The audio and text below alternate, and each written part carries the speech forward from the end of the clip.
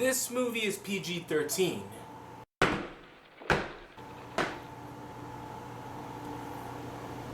I'm sure this movie is PG-13. This is easily the most R-rated PG-13 I've seen in a while. So let's start talking about scary stories to tell in the dark.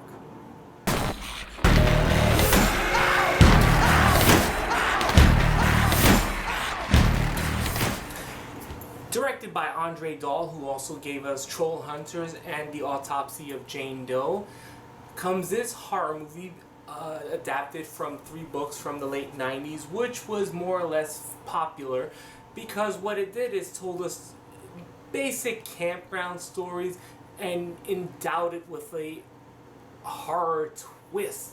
And what was most memorable about those books was the artwork.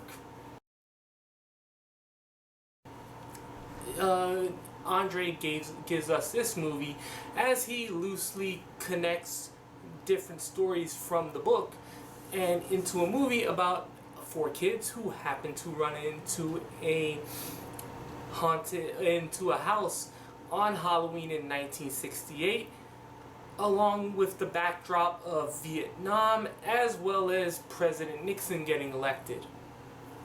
They happen to find a book, and what they find out is that the book is writing them.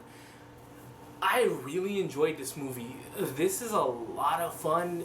This is a very creepy, it's a very atmospheric movie. There are some genuine scares for this movie. If you're going to take a kid to this movie, 1, make sure that they're up to it, and 2, I definitely would say they would have to have seen some horror movies before they see this movie. There are some kills in this movie that borderline push the PG-13 rating to the limit. The kids are a lot of fun. I enjoyed them. In this time, though, it does feel reminiscent of other kids' movies. But that's not to say it's against them. I really like the lead, who is Stella, played by Zoe Colletti. I also like her lead, which was Ramon, played by Michael Garza. And them, along with their 2 sidekicks, bring a pretty interesting story and a very interesting spin on something that could be seen as blasé. The storyline is nothing great. But like I said, this is a movie all about mood, aesthetics, and the monsters. And that's where this movie shines. This easily has some of the creepiest monsters, whether it's Harold, who is my personal favorite, the Pale Lady, the woman looking for her toe, the Red Spider, which is fucking...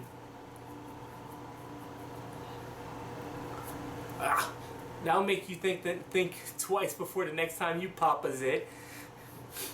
And the Jangly Man, who I thought was kind of the least effective because he was the most CGI'd, and he really stood out, especially in the 3rd act, when compared to all the other ones who were practical. They were real. But without saying, story was... I enjoyed it a lot. I had a lot of fun. I had a lot of scares. I got creeped out a freaking hell of a lot. The kids were fun, including 1 kid named Chuck, who I thought was going to be annoying as hell. He ended up being pretty cool, and I kind of enjoyed him. I'm trying not to spoil this because there's a couple of things I want to say that is spoilers, so I'll skip it. But yeah, you can tell this has producer Guillermo del Toro's fingerprints all over it. From the practicals to the zombies, to the way the monsters look, and the aesthetics in general. You can tell he was a hands-on producer in this movie. It does sequel bait, so there's that to look forward to. This is a hell of a good time. This is a hell of a good movie for horror movie for people who are veterans of the horror scene, for people who are just getting into it, for someone who wants to land just right in the middle. This is a lot of fun. I dare give it an 8.8. Scary Stories to Tell in the Dark is a really good, fun horror movie, and it fits it just hits every mark. It's a lot of fun. It's well shot, which is kind of amazing that I'm saying this in 2019 about a horror movie, but it is wonderfully shot. Monsters are off the freaking charts in creepiness, and the leads are a lot of fun. I look forward to hearing a lot of people talking about, especially Hector, and Ramon, and what's going on with him. I actually want to see more about him. Hopefully he will be in the part 2. So that's what my score for Scary Stories to Tell in the Dark, 8.8. Did you see Scary Stories to Tell in the Dark? Let me know in the comments below. Like, subscribe, and later.